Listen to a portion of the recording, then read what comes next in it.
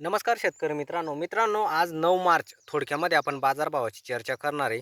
मित्रांनो, 2 ते 3 दिवसापासून बाजारभाव जे आहे, ते हे जागेवर स्टेबल झालेले आहे. 4,000 पासून तर ₹43 पर्यंत आज पण आमच्याकडे मागणी झाली, पण शेतकऱ्यांनी दिलेला नाही, सौदा झालेला नव्हता.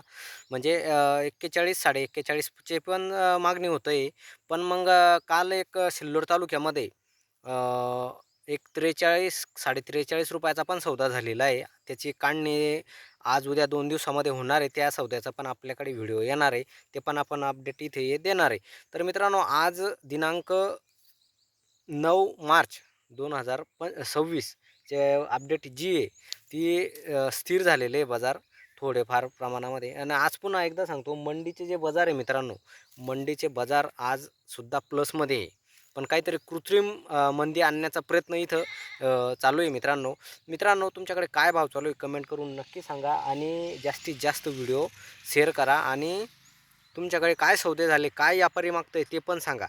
कारण सध्याच्या पिरियडमध्ये काही शेतकऱ्यांना म्हणजे आले बाजारभाव दबावामध्ये आणण्याचा प्रयत्न चालू आहे मित्रांनो. पण युद्धाचा काहीच इथं परिणाम झालेला नाही आहे. जे मंडीचे बाजारभाव आहे ते प्लसमध्ये आहे. आज पण प्लसमध्ये आहे. तुम्ही आपला जास्तीत जास्त माल यू-पीमध्ये जात असतो. दिल्ली आझादपूर मंडीला बंगलोरचा माल जात असतो. पण यू-पीमध्ये मोठ्या प्रमाणात यू-पी आणि एम-पीमध्ये मोठ्या प्रमाणामध्ये आपला माल जात असतो. तिथं ₹50च्या वरच मंडीचे बाजारभाव चालू आहे. ₹55 पण आहे, ₹57 पण आहे.